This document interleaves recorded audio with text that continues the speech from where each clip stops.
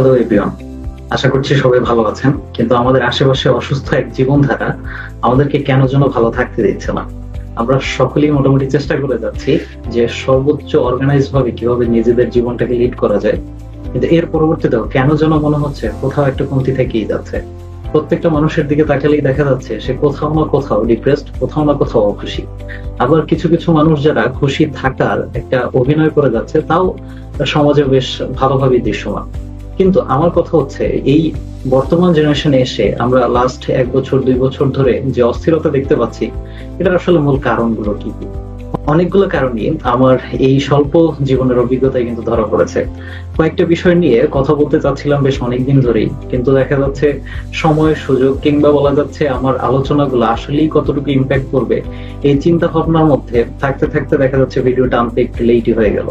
আমি আজকে একটু আপনাদের সাথে কথা বলতে চাই অসুস্থ